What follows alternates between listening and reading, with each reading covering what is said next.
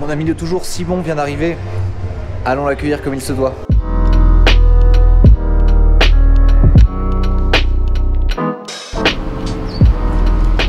Oh là là les amis, beaucoup de choses à dire. Avec Simon, on est arrivé dans un nouveau quartier, un quartier beaucoup plus business, avec beaucoup plus de gens très bien sapés, genre les meufs ont des loups-boutins et tout, c'est vraiment, ça bosse quoi, et ça s'habille bien, c'est chic, c'est BCBG, quartier BCBG de Tokyo, on est totalement à l'est.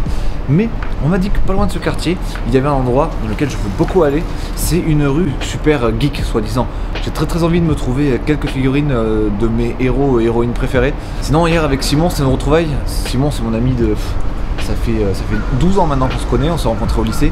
On s'est un peu baladé dans le quartier où il n'y a pas grand chose à faire en apparence. Mais on a quand même finalement réussi à trouver un endroit complètement what the fuck, dans le sens où il y avait plein de tapis par terre, des tapis hyper mousseux sur lesquels tes pieds s'enfoncent comme ça en mode oh trop cool. Et pour la modique somme, je vais enlever ça, on s'en fout.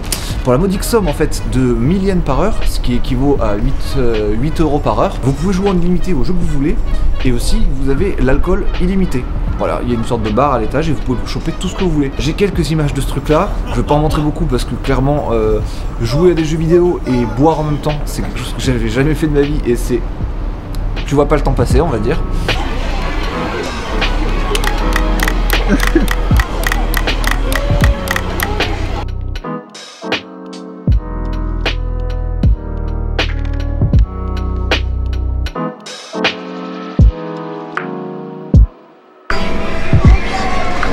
On dirait bien qu'on s'approche de ce qu'on cherche, non? Non? Vous sentez pas? Dans mes vlogs, il y a souvent une dédicace pour Jules. Bah là, elle est là, clairement. Jules, ce bon vieux dessinateur que vous devez connaître maintenant, vu que je vous en parle souvent. Dark Souls, lui et moi, c'est une belle histoire d'amour. Alors les amis, vous pouvez pas savoir combien mon bonheur est grand. Ça y est, j'ai enfin trouvé ce que je cherchais. Pas du tout, c'est absolument pas ça ce que je cherche. Je ne trouve pas. Il y a que des figurines sur des mangas dont j'en ai absolument rien à foutre. Et moi les mangas que je kiffe vraiment ils sont pas ici. Donc il va peut-être falloir que je continue et que j'aille dans un truc un peu plus alternatif. Là c'est un peu trop grande surface, grand public. Donc faut continuer de chercher. On n'est pas rendu encore.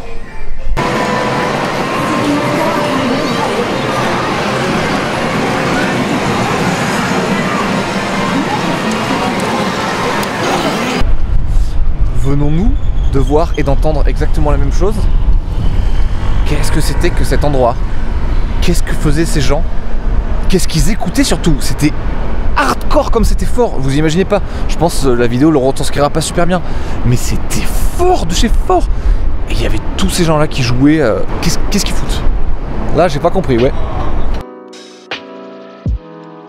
Bon voilà, je suis à Akihabara, un des endroits de Tokyo qui regroupe tout ce qui fait trait à la culture japonaise, du manga, animé, jeux vidéo, et donc l'endroit dans lequel j'ai le plus de chances de trouver des figurines, des vieux mangas que je cherche. Alors voilà, moi je cherche des mangas des années 90, 90-2000, donc du coup c'est pas forcément les nouvelles licences qu'on trouve partout dans les grands bâtiments là.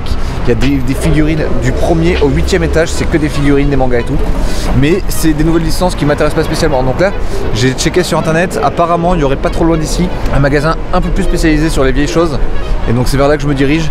Et après, nom de Dieu, j'essaierai d'aller faire une sieste parce que dormir 3 heures par nuit pendant une semaine, à un moment donné, ça ne suffit plus. Ça ne suffit plus du tout.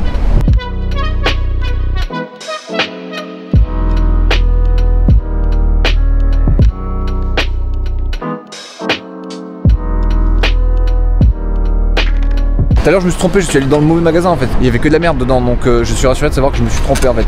Et là derrière moi c'est le magasin dont j'ai entendu parler sur le net. Donc j'espère que ça va le faire. Sinon j'aurais fait toute cette marche pour rien. Et je veux pas faire de la marche pour rien, j'aime pas ça.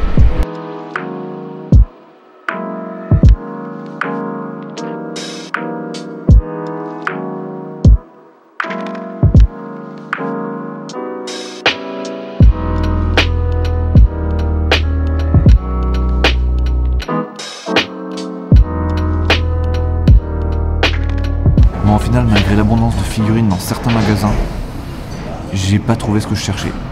J'ai pas trouvé ce que je cherchais parce qu'à part du Naruto, One Piece et du hentai, en gros, tu trouves pas grand chose. En tout cas dans les boutiques dans lesquelles je suis allé, même celles qui étaient censées être un peu alternatives, j'ai trouvé vite fait un petit set de figurines un peu cool, un peu de Berserk, mais rien de bien transcendant. Les figurines de Berserk, elles étaient moches quoi. J'étais trop content de enfin trouver un manga que je kiffe, mais c'était trop moche. Donc j'ai pas pris.